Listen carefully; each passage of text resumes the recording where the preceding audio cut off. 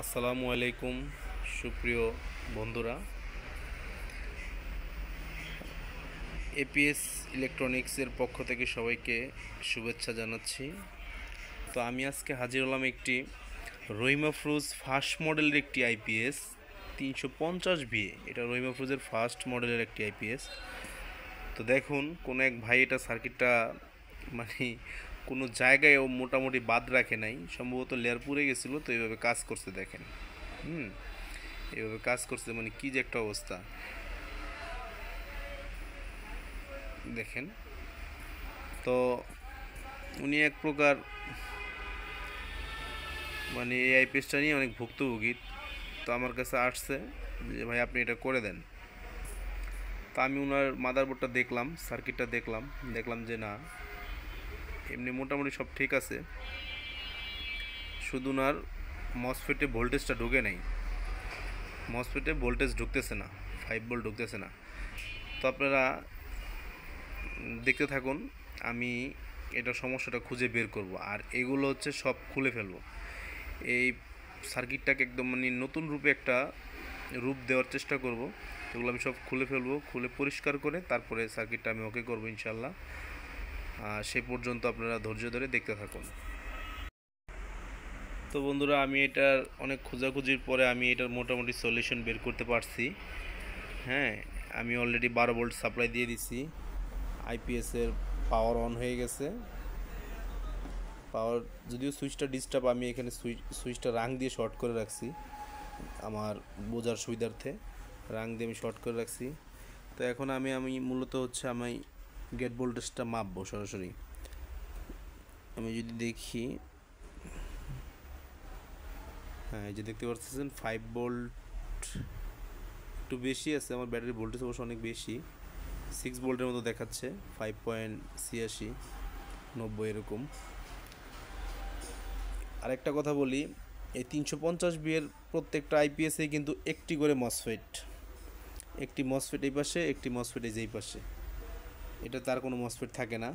তো আমি যদি এই পাশে গেটে দেখি, হ্যাঁ দুই পাশে ঠিক আছে ভোল্টেজ, আমার মোটামুটি সার্কিটটা এখন ওকে আছে। তো বন্ধুরা, এখন আমি লাগিয়ে দেখবো আসলে বডিতে যে হ্যাঁ এটার অসিলেশন ভোল্টেজ পাই কি না। ও আমি আরেকটু বলে নিই সেক্ষেত্রে, যে আসলে এটা মূলত প্রবলেমটা কী ছিল। বন্ধুরা, এই যে দেখতে পাচ্ছেন আপনারা একটা আইসি 202, সরি এটা আইসি না, মানে এটা ভেরিয়েবল 202 একটা ভেরিয়েবল 324 একটা আইসির পাশে লাগানো, এই যে আপনারা দেখতে পাচ্ছেন।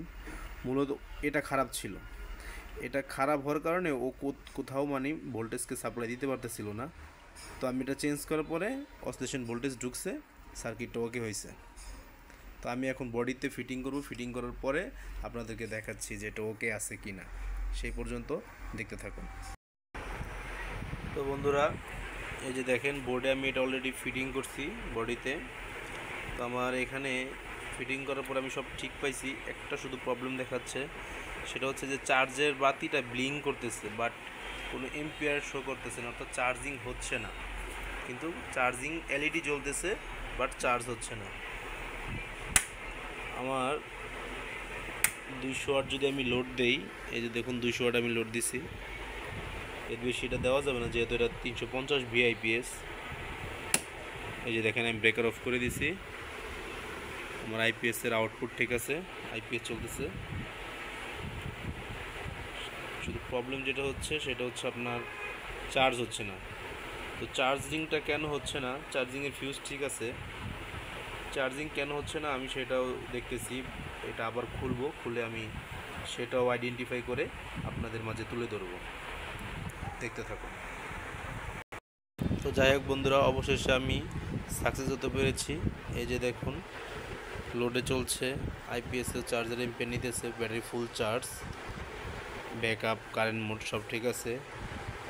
তো আপনারা যারা এই ধরনের লুমিনাস, মাইক্রোটেক, লিভগার্ড, এই ধরনের ইন্ডিয়ান আইপিএস বা যে কোনো ধরনের ডিএসপি আইপিএস সার্ভিস বা যে কোনো সমস্যার জন্য আপনারা আমার ডেসক্রিপশনে দেওয়া নাম্বারে যোগাযোগ করতে পারেন। আশা করি সবার কিছু হলেও উপকার হবে। তো যাদের আমার ভিডিওগুলি ভালো লাগে তারা একটা লাইক শেয়ার করে দিতে পারেন। ধন্যবাদ সবাইকে।